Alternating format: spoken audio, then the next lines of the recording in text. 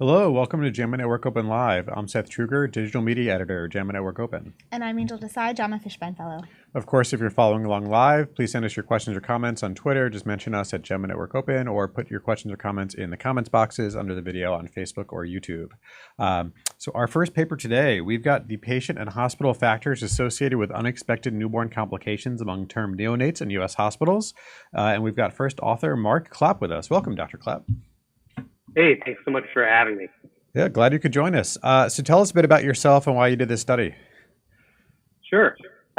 So I am a physician investigator at Massachusetts General Hospital. I'm a maternal fetal medicine specialist who has always really been interested in quality and obstetrics and trying to figure out how we should be measuring quality and really the best ways to do so. So most of my research is kind of in that realm, trying to figure out how we should really be deciding if we're doing a good job at taking care of patients or women in labor. So we decided to do this study primarily because of, twofold. I had first been interested in unexpected NICU admissions as a marker of quality in obstetrics. And we've kind of started with NICU admissions and realized pretty quickly that NICU admissions, there was so much heterogeneity and the indications and reasons that babies were being admitted to the NICU that it was making it really challenging for us to make any conclusions about if those NICU admissions actually were related to the obstetrical care that women and the neonates were receiving during labor. And that kind of led us to the unexpected newborn complication metric, which has been under development or been utilized in California for quite some time, but now recently adopted by the Joint Commission as a marker of obstetrical care. And it really has been developed and been put into place to serve as a balancing measure to many maternal focused metrics in obstetrics. So for most of the work that has been done in obstetrics and trying to understand quality has been focused on how moms have done after the process of labor and delivery, with very little attention to actually how the neonate did.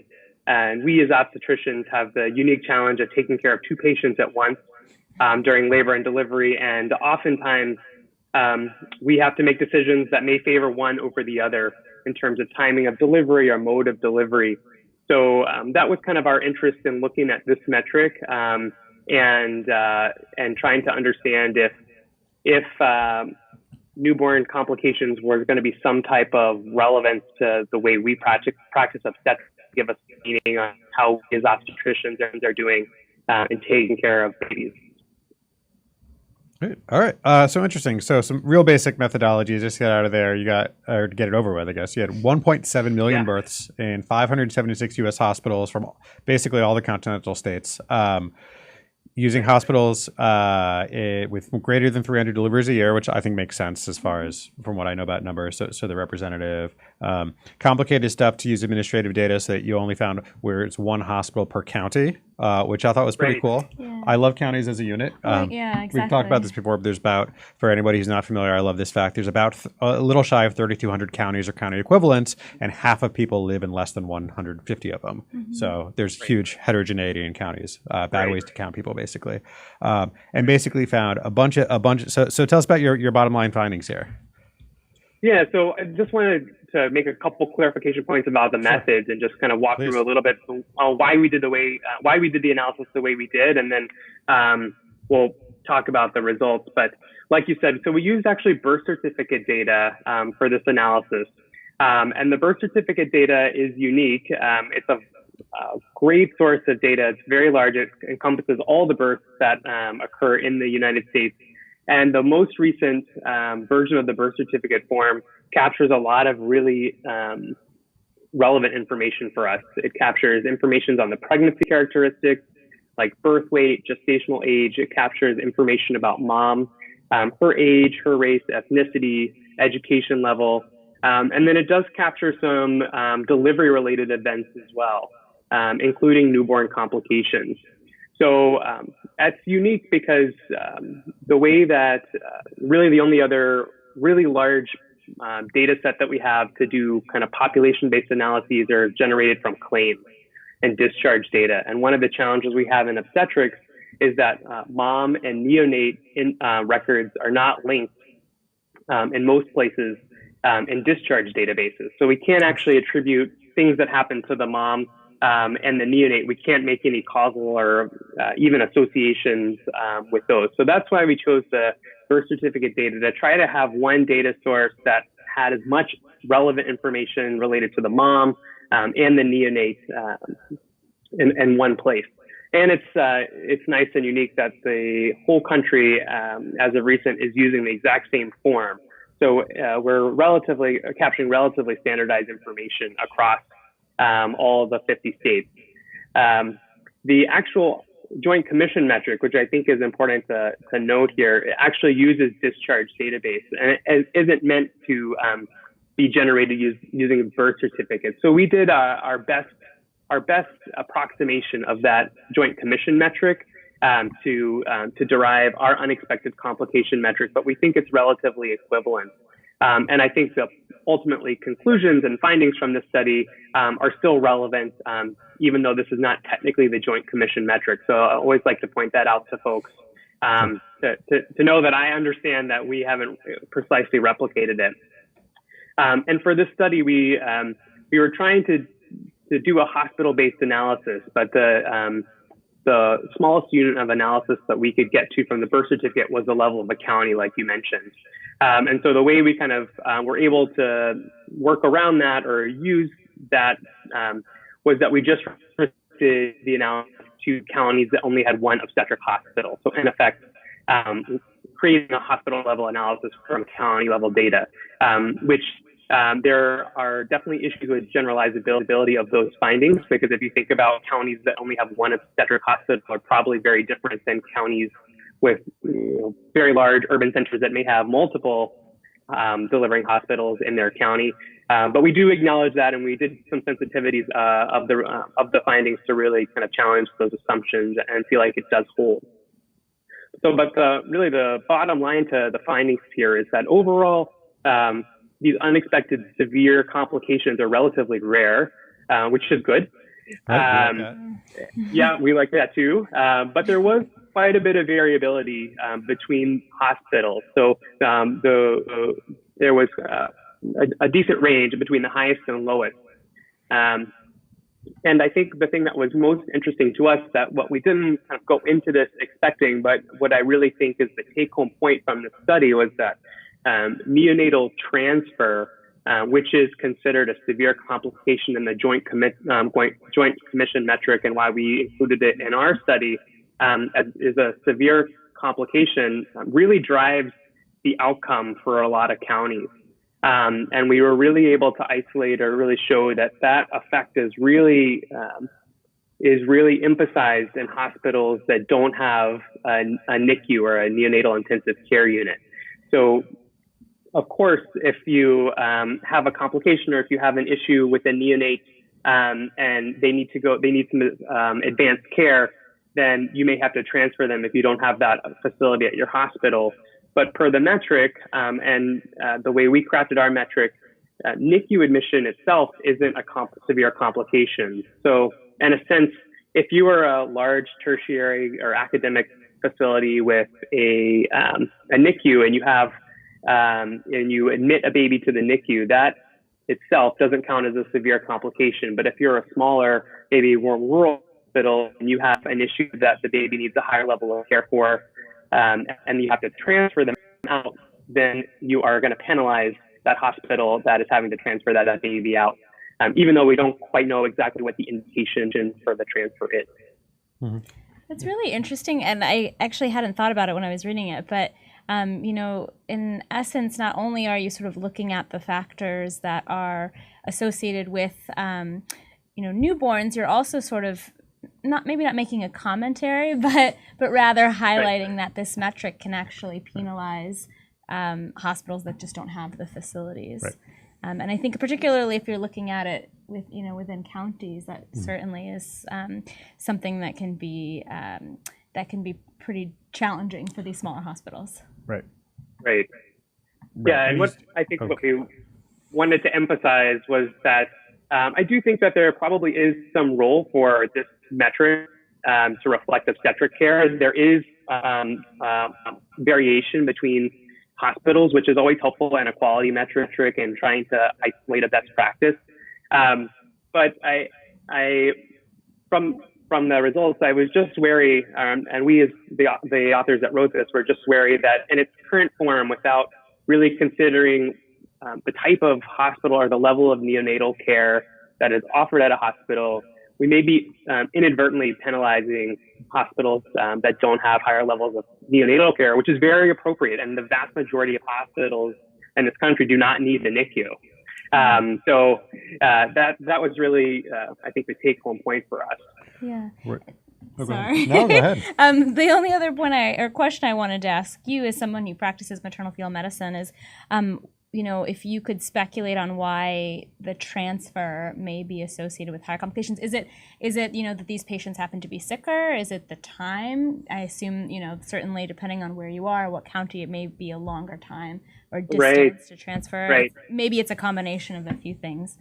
Right. So the thing about this metric and is important to remember or understand what the denominator is. So who is eligible to potentially have a complication? Mm-hmm. And in theory, these are supposed to be healthy newborns. So they're term, they're of a normal birth weight, they're not born with any known congenital anomalies. So these are really supposed to be a really low risk neonatal population, which really shouldn't be having many issues that would warrant transfer.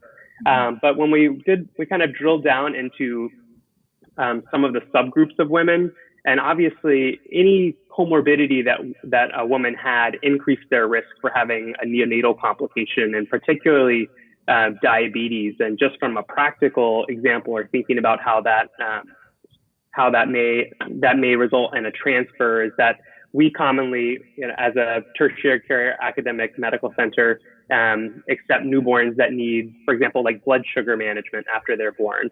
And that's not a severe complication otherwise on the list, but would be a reason that a smaller hospital that doesn't have a higher level of neonatal care may end up transferring a baby out that was appropriately born at their institution. So it's hard to, without having the granular reasons of indications for transfer for the neonate, it's really hard to drill down exactly. But I think that's definitely an area for more work to understand that.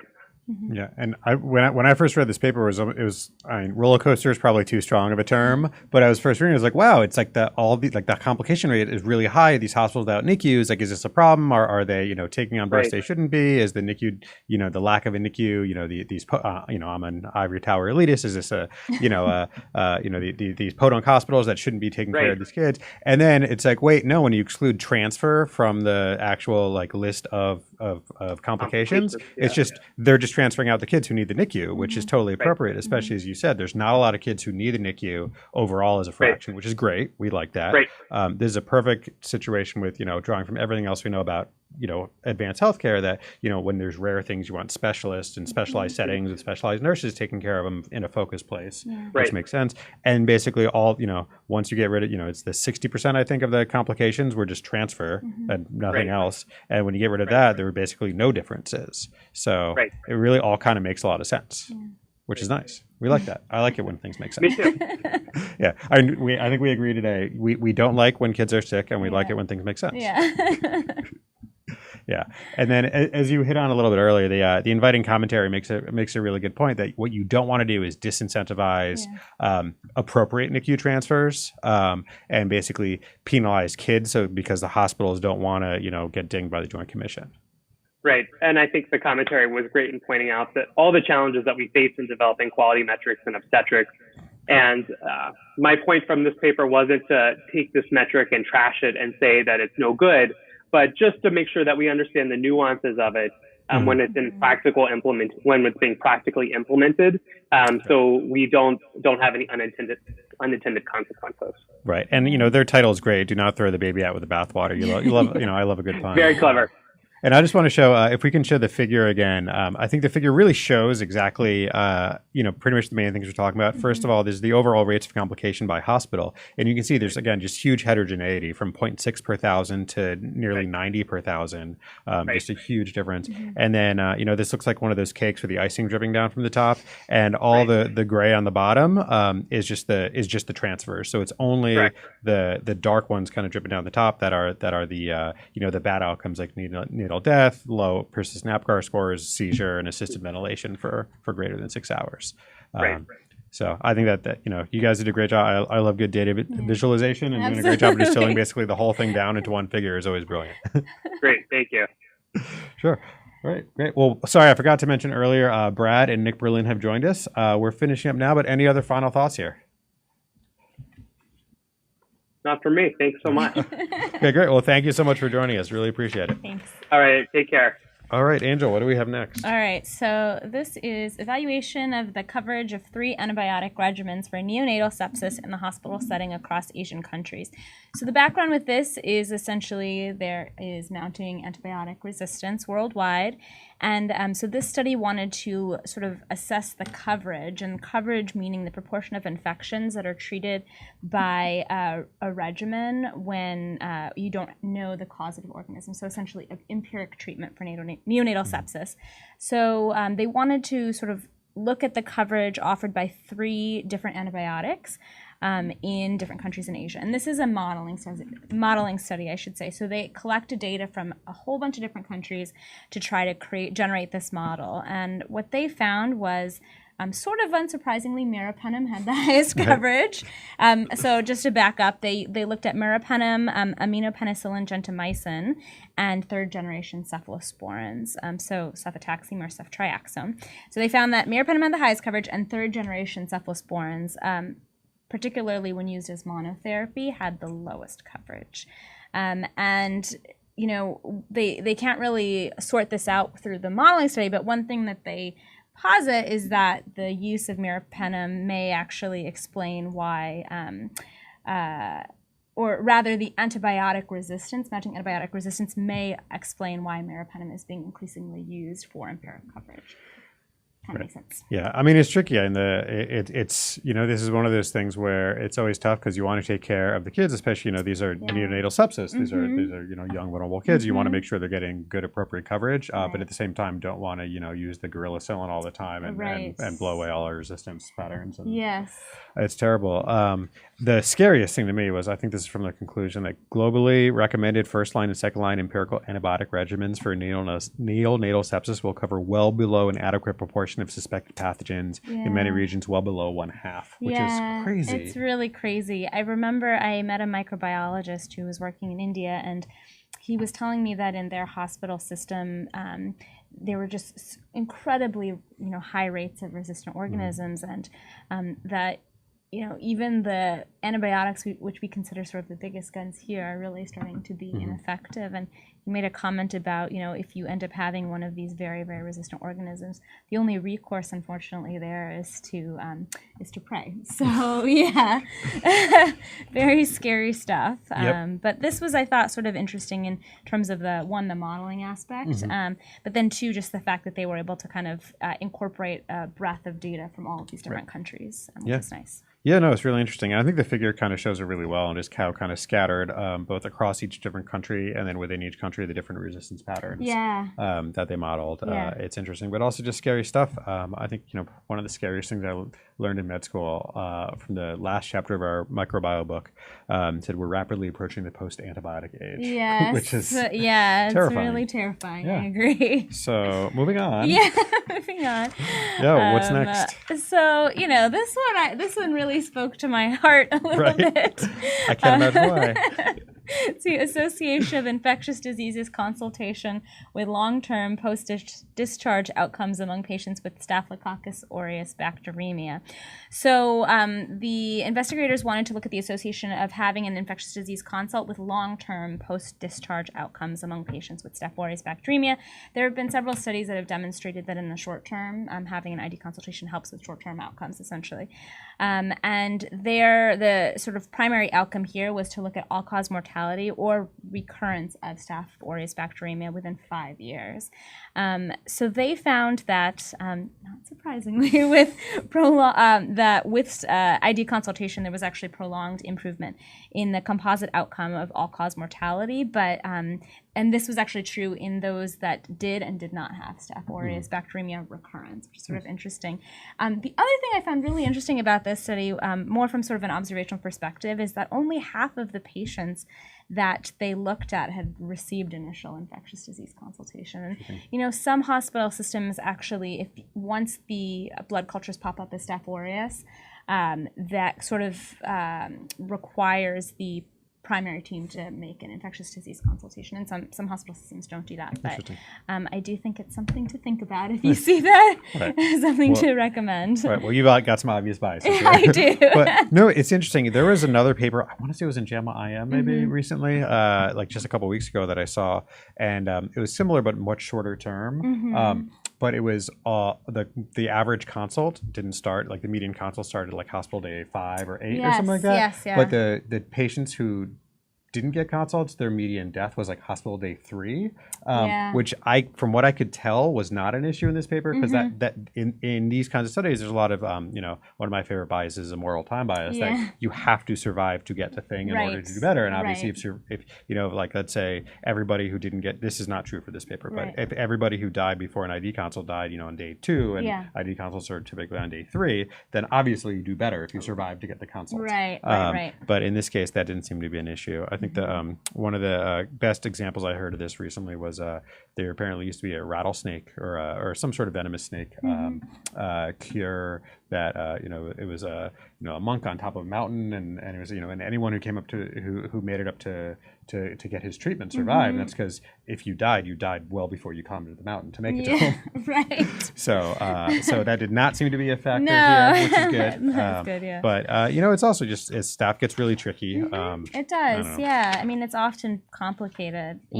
We make these arbitrary not quite arbitrary, but distinctions between uncomplicated and complicated Staph aureus bacteremia. But I think honestly, it is complicated. It's a nasty organism and can really cause some damage. Right, and again, we have to make a lot of dichotomous choices between basically using big guns like Vanc, Dapto, or linezolid versus the little stuff, and in the meantime, hoping the patient survives and not leading to too much resistance. It's really tough. It is, definitely. Yeah. All right, so next up, we've got an interesting paper on the prevalence of electronic cigarette use among adolescents in New Jersey in association with social factors. So these authors use the New Jersey Tobacco Survey, which is biennial survey of public high school students that started in 1999. I can't remember. I might have been one in the a subject or participant in the first version of it, because I was a New Jersey public high school student in 99. In 2018, they specifically started asking about Juul, because that's one of the more popular, or the more popular, most popular e-cigarette brands, especially among youth. So they surveyed about 4,200 students. About a third had ever tried an e-cigarette, including Juul. And what was really interesting here is that basically they found there was about a 6 percentage point increase in students who reported having smoked e-cigarettes if they included Juul. So basically it's like, if you say, have you ever smoked an e-cigarette? You only get like 20% rate. It's, have you ever smoked a Juul? There's another 6%, like 36% who answer affirmatively. So basically, one is these kids aren't recognizing that Juul is an e-cigarette on these surveys, which part of it is probably artifact. This is like I don't know. Have you ever used a tissue? No. Do you use a Kleenex? Oh yeah, all the time. Right. But it's it's easy to make fun of these kids. But basically, this is important stuff when designing surveys with this sort of thing. Going to welcome Rose Garcia, who's joined us. And there were similar differences whether it was ever smoked a Juul or a cigarette, or current smoking of Juul or a cigarette. Mary Ruina has joined us. Apologies for my pronunciation. Doing my best here. There are also some other top line numbers here. 3% reported smoking a regular cigarette in the last 30 days. 10% smoked any sort of tobacco or any sort of traditional tobacco in the last 30 days. About 9% had either social media, like followed a e-cigarette brand on social media, or had some sort of merchandise in the last year, which was really interesting. 1 in 6 1 in 6 overall high school kids started with Juul as their first use of tobacco, which is interesting and scary. 40% had friends who smoked Juul, and 90 to 95% of the e-cigarette use was Juul. So the Juuls really dominated the market. Yeah. Certainly understand why Philip Morris bought them. And also just, I'm not going to go through all the numbers, but tons of overlap between people who smoke cigarettes who smoke Juul, people who smoke Juul who smoke traditional cigarettes, and vice versa. And one of the really scary things is that the last edition of the survey in 2016, only 1 in 4 had tried an e-cigarette, and now it's up to, 1 in 10, and now it's up to 1 in 4. So there's definitely increasing use of vaping among kids, which is scary because this stuff certainly seems to be very addictive, and we're certainly seeing more and more signs that this is basically how kids get hooked, and that is this going to diminish a lot of the advances we made in youth smoking. Absolutely. I thought this was pretty interesting because I think we've talked about this before, the kind of idea of social networks, and I wondered if that concept sort of was in play here, right? Because what was it, 40% of kids had said that they had a friend that used Juul, and I don't know that certainly doesn't explain all of why Juul is sort of dominating this market, but I would imagine if you have friends that are using something, then you kind of get involved in that too. So it really does, at least in part, speak to the power of that phenomenon. Absolutely. And both normalizing and access. Yeah, no, exactly. And I think there was something else in here where students in 12th grade were more likely than those in 9th grade to be current users. And there are so many different reasons why that could be. But I do wonder, again, if it's this idea, as you build these social networks, you get exposed to all these different things. And kids are certainly impressionable too. So it's tricky. Yep. It's really tough. So Bernadette Keefe has joined us. Welcome. And next up, we've got a paper, The Trends and Characteristics and Outcomes of Patients Undergoing Coronary Revascularization in the U.S. from 2003 to 2016. So this is really interesting, using the National Inpatient Sample NIS data from HCUP, basically looking at all of the PCI and CABG that's been going on from 2003 to 2016. Split up among the indications for STEMI, acute MI, or stable or unstable angina. They had a total of 12 million revascularizations, big denominator, which is nice. 8.7 million were PCI. Some interesting stuff and the figure 1 shows it well, that PCI has really decreased in use. It's gone from 778,000 a year to 440,000 a year. CABG has decreased as well, from 337,000 to 202,000 a year.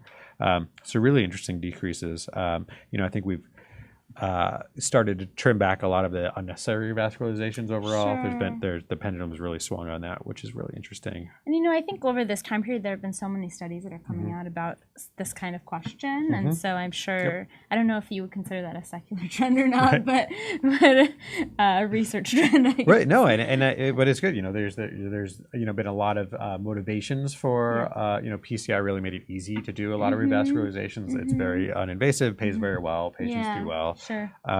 The other two big findings is that in both PCI and CABG, there's more older patients, more male patients, more minority patients, and more patients with lower socioeconomics, as well as increase in clinical risk factors, morbidity, which is really interesting. And that's for both groups. Also, more acute MIs in both groups. In the PCI group, it went from 23% of patients getting PCI were for acute MI, and is up to 53% in 2016. Wow. Similarly in CABG, but from 20 to 28%. But also in CABG, fewer patients were on pump, more with fewer vessels, so more 1 to 2 vessel, which kind of makes sense because I'm not an expert in this field, but there seems to be better long-term outcomes for CABG versus PCI. I'm sure there's a ton of nuance I'm missing in that very brief summary statement. Well, I think that kind of made me think about this figure again, because if you look at it, it is interesting that PCI is seeing this such a significant, I won't say significant, profound decrease. Right, substantial. Substantial decrease, but CABG sort of has been riding it out. Right, but then the flip side is that there was a big mortality improvement in the CABG outcomes, but not for PCI. Yeah. So to me, it seems like we're getting a lot better at right sizing this, and we're, Yes, I'm going to go out on a limb here and say, with all the data we've seen, there's been a ton of data suggesting we've been overusing PCI, and so now we're overusing it less. And CABG, I think we're probably better at identifying which patients need and get CABG. Yeah, sure. Yeah, Nate has joined us. Welcome. Also one last thing. There's less use of intra-aortic balloon pump. In the during cabbages, not a big drop, just about a 1 percentage point drop, but that's good because there's a lot of data that IBP doesn't change outcomes too much. Yeah, that's right. And of course, recent big JAMA study showing that Impellas probably don't improve outcomes in either much sicker patients are getting Impellas or they worsen outcomes. But that's a different topic. Yeah. So that's it for that for those papers. Got a couple real quick hits here. One paper on the Latino paradox. So basically, interestingly, despite all the different, worse outcomes for all sorts of things for low socioeconomics and underrepresented minorities in the U.S., Latino people tend to do better in the U.S. than we expect. And part of that we have always suspected is because of its healthier workers tend to migrate here, and then they call it, I think it was the salmon migration, where when they get sick, go back to Latin America.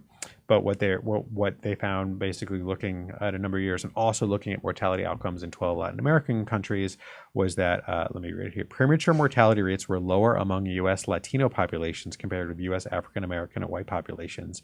The overall favorable mortality trends in 12 Latin American countries are comparable with those of U.S. Latino populations, and in many cases better than those of U.S. white populations, which is really fascinating. Yeah. Another paper looking at TB in India, and despite free diagnostic and treatment services under a national TB control program, a third of TB-affected households still experience catastrophic costs, which is really terrible. Yeah, it kind of makes you think about the question of, we often talk about access to resources, but there's a step in between, too, in terms of sometimes even if you have access, it's trying to kind of connect with the communities that makes a difference as well.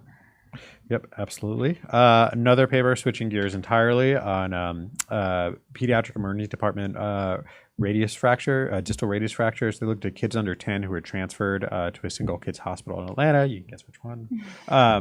With distal radius fractures, and about 55% got a reduction with sedation, with procedural sedation, and half of those may have been unnecessary using kind of basic radiologic criteria. And one of the big points they note is that if a kid gets transferred to the hospital, there's a lot of inertia to do something and not just see the specialist. Yeah, sure. So it's really hard to say, and it's really easy to say something, as much as I just criticize all the PCI stuff. But again, we've talked about this a bunch. There's a bunch of data that's suggesting, we've seen over time that we don't need to reduce a lot of these bad looking x-rays for distal radiuses.